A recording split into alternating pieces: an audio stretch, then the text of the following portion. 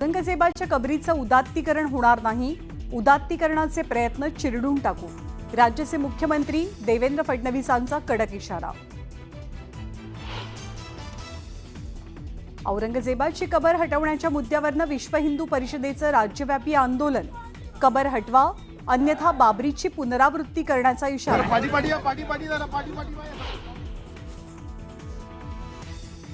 मुख्यमंत्र्यांची औरंगजेबाशी तुलना करणाऱ्या हर्षवर्धन सपकाळांवर कारवाईसाठी भाजपचे आमदार आक्रमक, तर व्यक्तिगत टीका केली नाही, सपकाळांचं स्पष्टीकरण।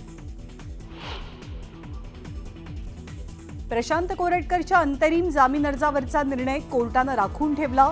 शिवरायांच्या बदनामी प्रकरणात कोल्हापूर सत्र न्यायालयात उद्या निकाल अपेक्षित।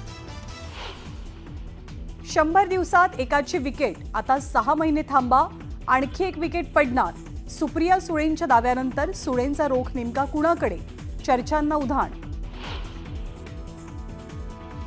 लाडकी बहीण योजना बंद होणार नाही, उपमुख्यमंत्री अजित पवारांची विधानसभेत माहिती, मात्र योजनेत काही बदल होणार असल्याचंही केलं स्पष्ट।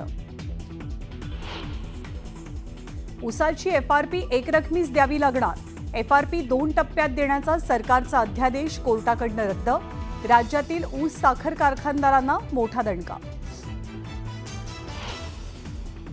बीडमधील शिक्षक नागरगोजेंच्या आत्महत्येप्रकरणी जबाबदार असलेल्या संस्था चालकांवर गुन्हा दाखल होणार, जिल्हाधिकाऱ्यांचे आदेश। रस्ता ओलांडताना भरधाव दुचाकीनं चिमुकल्याला उडवलं, अपघातानंतर दुचाकी चालक फरार, अपघाताचा थरार कॅमेऱ्यात कैद। आणि श्रीवर्धन डेपोच्या एसटी बसला शॉर्ट सर्किटमुळे आग, जीव वाचवण्यासाठी प्रवाशांनी खिडकीतनं मारल्या उड्या।